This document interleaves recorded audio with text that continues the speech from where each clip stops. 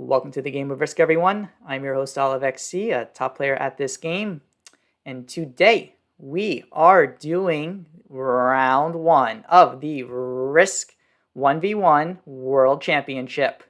I am going up against JMac, a Grandmaster player, 588 hours. Very good win-loss record, as you see here. 4 games on Simple World, 2 games on Boston. Let's do this.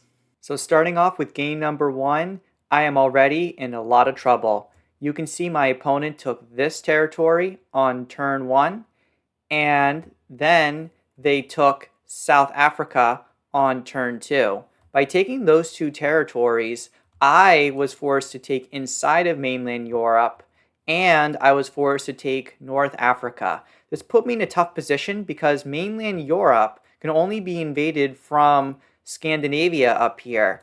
But since Scandinavia is a blizzard, this makes mainland Europe a 1-point hold. So I'm forced to cap in Russia and try to hold the North America bonus, as you can only enter North America through these 2 points. My opponent, those single stacks, they should have put a lot of troops here, but they just make a very safe play and leave their troops to hold mainland Europe for the rest of the game. So what I decide to do now is I invade Australia, because I did give them the continent on turn 1. And I also put a lot of troops back onto my capital here. So my opponent's getting 8, and by me having 11 here, it's unlikely they can invade. So they instead decide to hit my cap, which I am shocked about. And these rolls are actually really good for them. Odds are 75-80%, but they really should not be blitzing, but they get incredible rolls. My opponent is being very unexpected right now, and because of this crazy play, I'm forced to put most of the troops back onto my capital because they are being so risky with their moves. As you guys can tell, I'm very risk averse. But this allows my opponent to invade North America as well as to invade Africa. And this is putting me in a tough spot. So while I can retake the North America bonus, my opponent can easily invade again because with them getting 8 per turn is an easy win. You'll also notice my opponent, when they were on 3 cards, they could have blitzed me.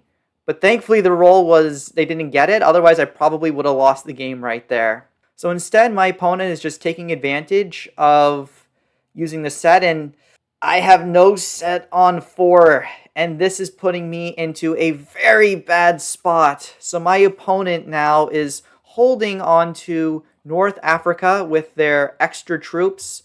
I leave some extra troops down for safety, and I also prioritize breaking all of the bonuses and then leave the rest of the troops back onto my bonus. My opponent, though, makes a mistake.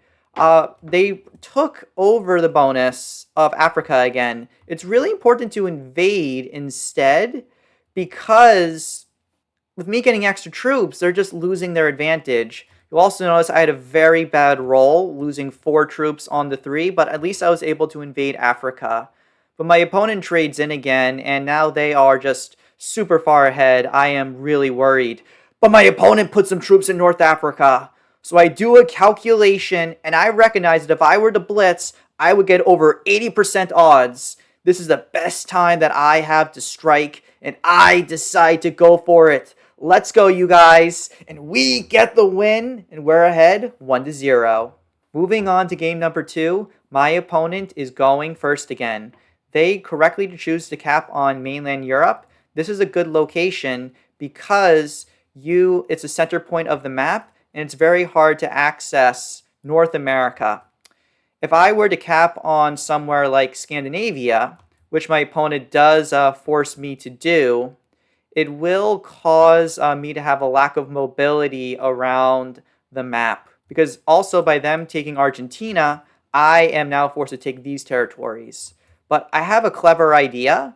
I noticed that since he's going to be capping on mainland Europe and he likes to single stack, if I can make him take these territories, he'll have a significant lack of mobility, and his very strong capital will not have many advantages.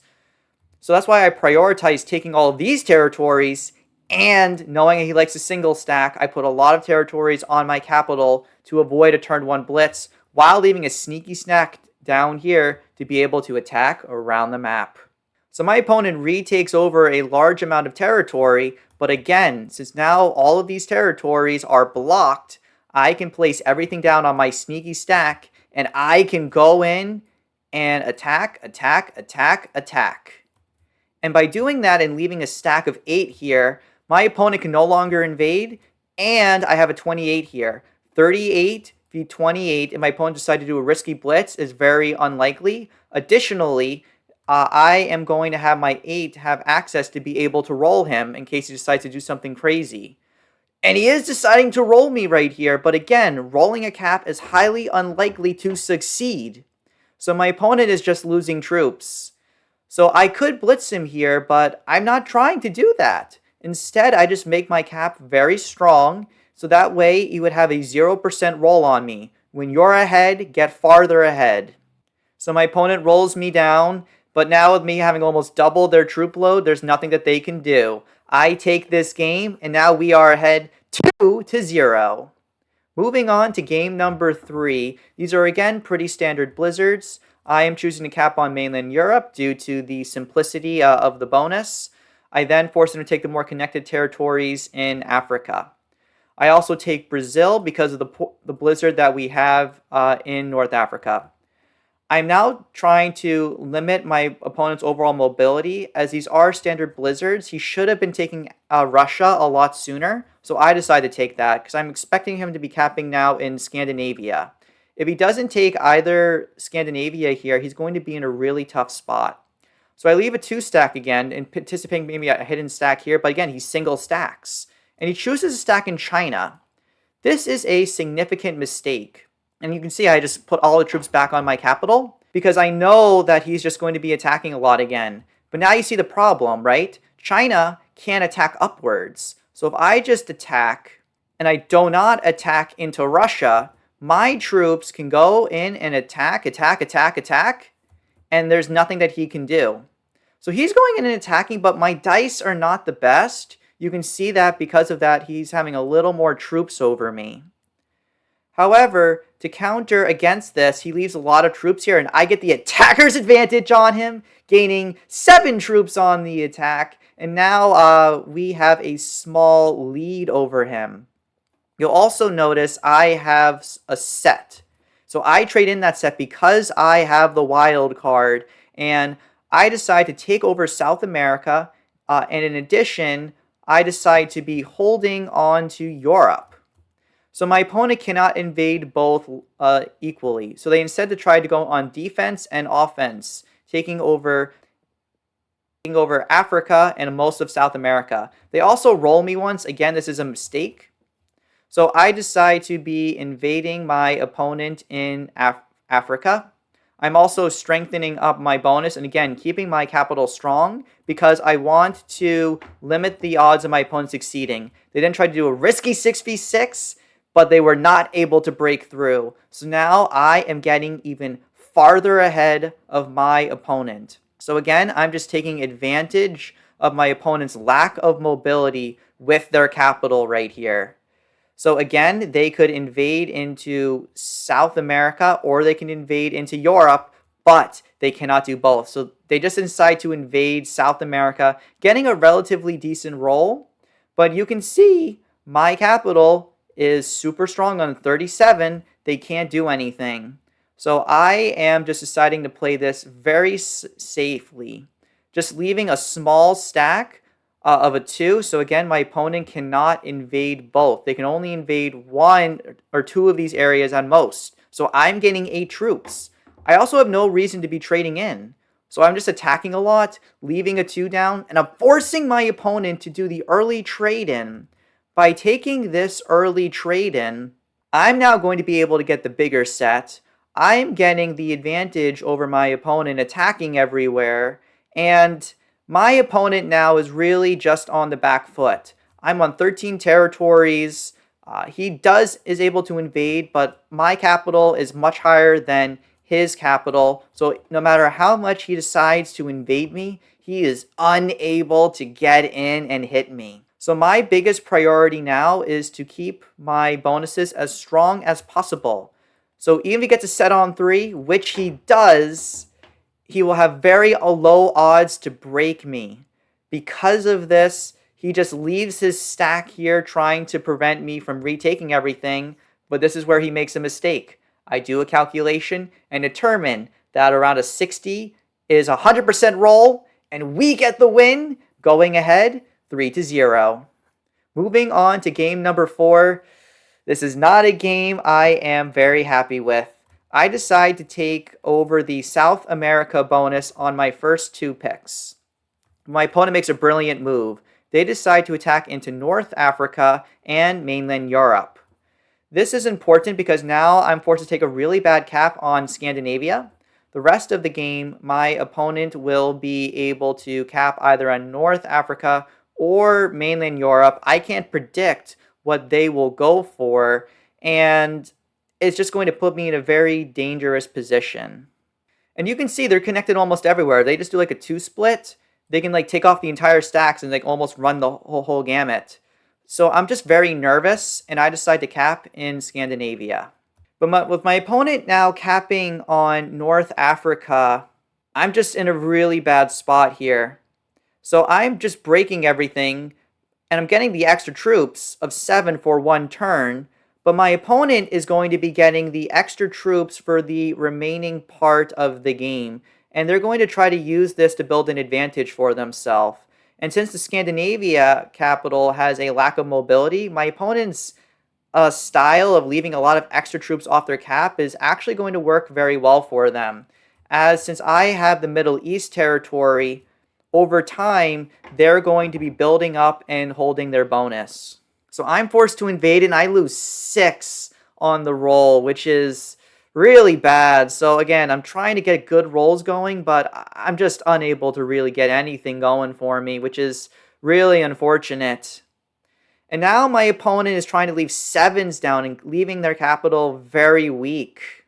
So I go for the blitz roll again, and I get another bad roll. So it's just very, very unfortunate. Now my opponent is ahead of me in the card trade order. So I have to invade again, and I am able to get a pretty decent roll. But the rest of this game, I'm basically going to be probably just getting like around 5 troops. My opponent can be getting around 8 to 9 troops, and they're going to be looking to slowly building a lead.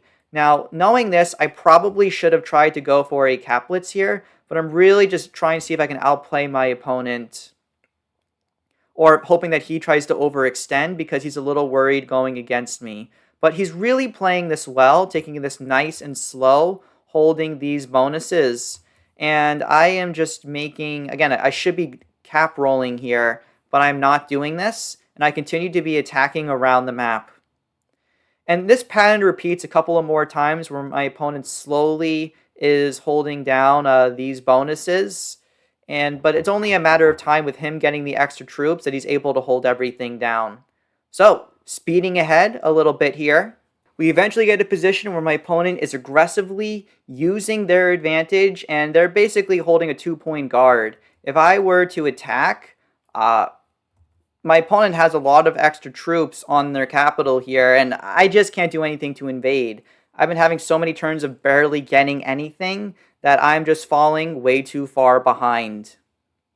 So I try to make a move here where I see my opponent left their cap weak, but they're doing a really good job keeping it strong. So I try to keep my cap strong, but at this point, with the sets getting very large, my opponent tries to go for a cap hit, but they don't get a very good roll. So they move 50 troops back onto their capital. Again, I'm forced to invade Asia. I tried to do like a Hail Mary move, but it's just too much, too soon. My opponent goes for the double cap hit. They played a great game. I messed up territory selection. I'm now ahead 3-1. So now we are moving on to Game 4 and Boston. What I'm trying to do is take the best territories and the small continents to force my opponent to take the worst selections. My opponent then makes a mistake. They do not take this territory here. This forces my opponent to take this territory, which is very, very connected. You'll also notice I took Back Bay. This is also important because this forced my opponent to either get blocked off from entering this area, or they take this super connected territory, which can prevent a hiding spot right here. You'll then notice that I am taking a lot of territories in the bottom left-hand side of the map. That's because the most important side of the board is this upper right-hand side. Because there's all these splits that have to be made, as well as this blizzard right here, if I can get a large stack right here and take advantage of my opponent having this territory early on, I'm going to be able to potentially own 2 to 3 bonuses, getting an extra +2 here, an extra +3 here, and just have an overwhelming lead attacking around the map. And eventually, by taking advantage of my opponent having to select this territory, I am able to open up the center of the board, giving me access almost to the entire map. I decide to put everything down onto one spot, and my opponent puts their troops down into 2 locations. I now get the attacker's advantage hitting him. I'm also able to hold on to all of my bonuses, and there's little, if anything, that my opponents can do to me at this point. So my opponent decides to break. I probably should have left some more territory down and troops down there. My opponent can't break through. I'm now holding 3 bonuses, a +3, a +3, and a +2. So no matter how much my opponent decides to break me right here, I am still getting 13 troops a turn, and there is nothing that my opponent can do to try and stop me now.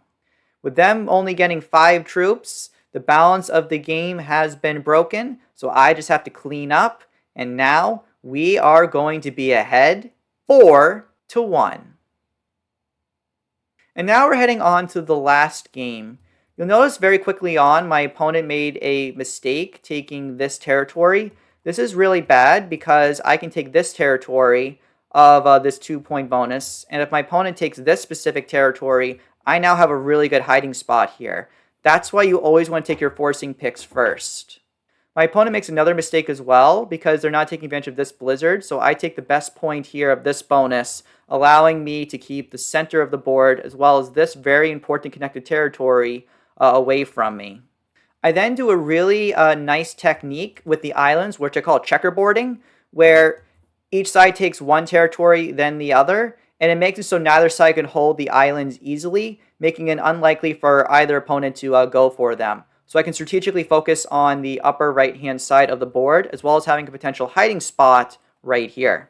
My priority is to have my opponent try to take these 2 territories in the middle. If they take those territories, I can have access all over the map.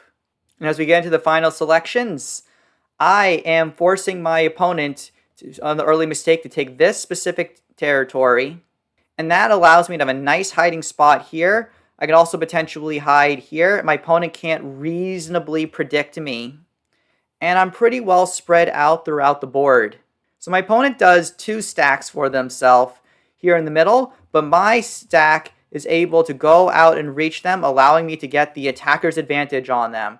However, I have to do a split here as well as here. So I need to get good rolls to have a chance, but I have the best opportunity for myself to potentially get this game. So let's see if I can get the rolls and get the 5-1 win here. So I go for the blitz, +2, +2, and +1. That is not good enough. I'm able to take 22 territories, but a 2v4 is not likely to work. My opponent just has to break all of my bonuses, and they are going to be in a good spot. They left 1 stack, but they got a perfect roll on my 2. They need to win a 3v1, and they win the 3v1. We take this game with a 4-2 score. Tune in next week for round 2. This is OliveXC signing off.